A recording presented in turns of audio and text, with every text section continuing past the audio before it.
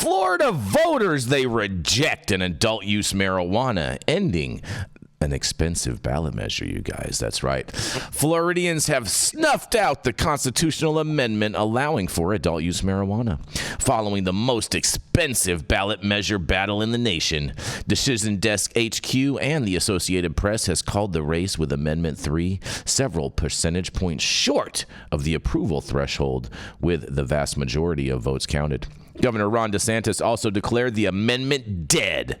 With 96% of the vote tallied, the amendment sits at 55.8% approval, more than 4% shy of what was needed for passage, according to the AP data.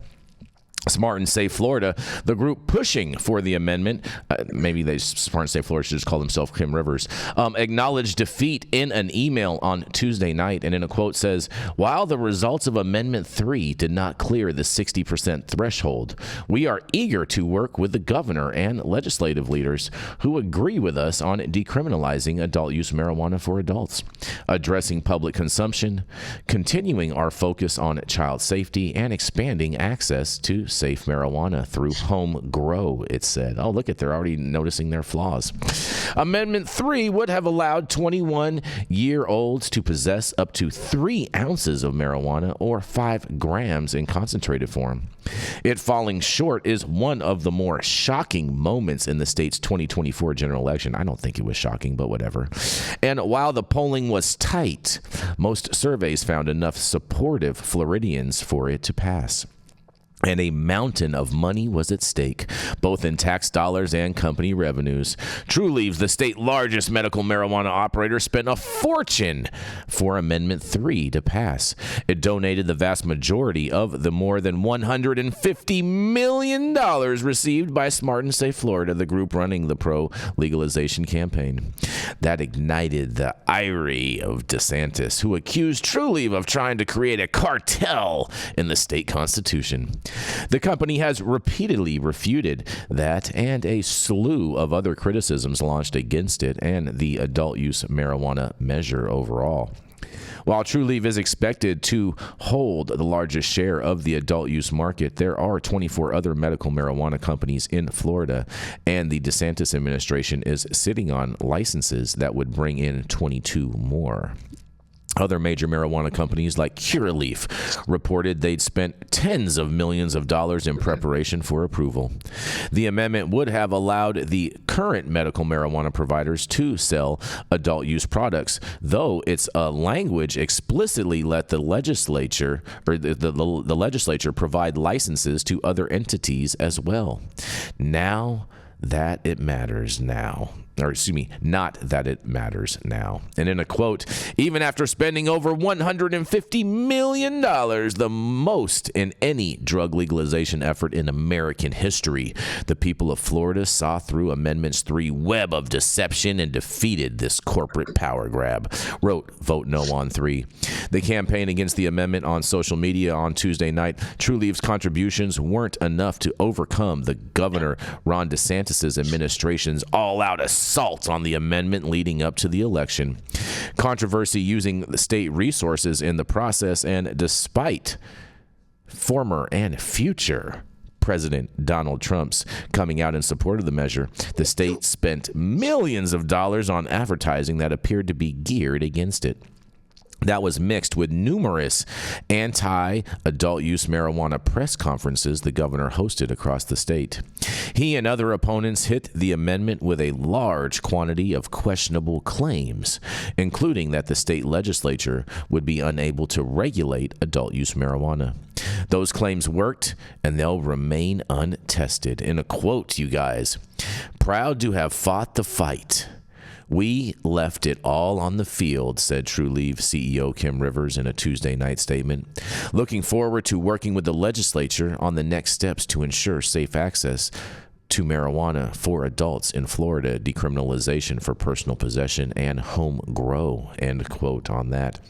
And while most states with a constitutional amendment system require only a simple majority's approval, Florida voters approved an amendment back in 2006 that raised the approval threshold from 50% to 60%, and that's a difficult threshold to reach. That 2006 measure passed by 58%, you guys. Well. Kim Rivers spent over $150 million on this whole thing, and man, oh man, my pockets would hurt after that type of an expenditure, and I'm sure hers do too. And I can't wait to hear what you guys have to boo-hoo about this too. I mean, I love it. I love to see it. I think that bill was terrible. I think it was completely short-sighted. It was Kim Rivers' protectionist program, and I guess she's wasted her time trying to establish that task force to attack other dispensaries as well, didn't she? Yeah, exactly right. I just wonder what the True Leave shareholders are going to have to say at their next board meeting about all of this. I don't know. Maybe she could have used some of those funds on like worker protection, or like paying some people back for like killing their kid, or fair enough. Else, anything else. I think this is a prime example of dividing and conquering actually working. What they did to pit, the hemp industry against the marijuana industry, it worked. You divide and conquer, and it worked. On the plus side, just like the rest of y'all. The whole homegrown, the absence of homegrown in there. Yep. Yeah. Was a negative from the beginning. And then the next one is even before it became like a statewide, a positive initiative. Was it like all but I think when we first started reporting on this, Jason, and Truly put in 70 million. I think like at that moment, the only other money being put up for this entire ballot initiative was through Normal, Florida, who had contributed something like $200. Yeah, very minuscule in the greater scheme of things. Right. So money in this one, like I clearly it wasn't going to win because it was all coming from one place. Well, Bradley finally put something helpful in the chat. He said that True Leaf stock dropped 57% today. That's a great point, Jenny Beth, because I felt like the whole time that we were covering this whole thing, the whole Amendment 3 was just with all the polling that they were showing and articles that were coming out. All it was trying to do was just prop up these MSO stock prices, and now it's come to fruition. The cream has rise to the top, and all of a sudden their stock drop. Yep. Somebody needs to sit down and reevaluate how you're going to politically push these measures over the finish line, because this one screwly shit the bed. When you don't give people home grow and you got some big corporation trying to wrap their arms around the market, the average person's like, I don't want to do this, and the trap continues. What people understand universally is that if you're going to play games with me, the guy around the corner, or there's a shop up the street, I can get it for a lot less without all these problems.